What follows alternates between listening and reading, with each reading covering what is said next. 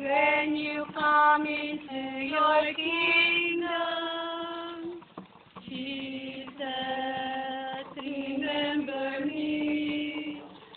When you come into your kingdom. Sa apat na istasyon, nakasalubong ni Jesus ang kanyang pinagpalang ina.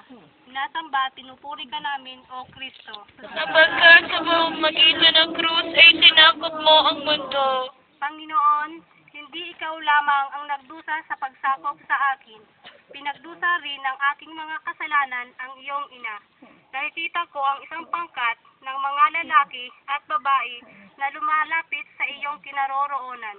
Nangunguna sa kanila ang isang nagdadalamhating babae. Siya'y ang iyong ina.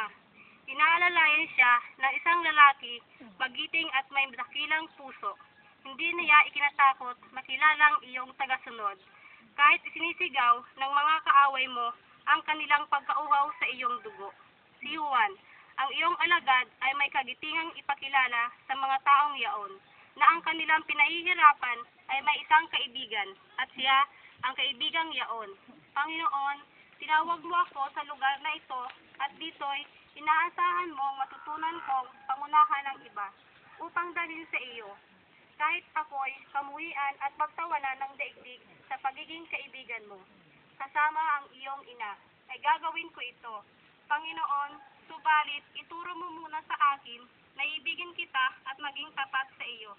Luwalhati sa Diyos Ama, Anak at Espiritu Santo.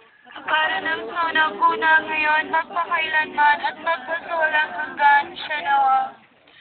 Jesus.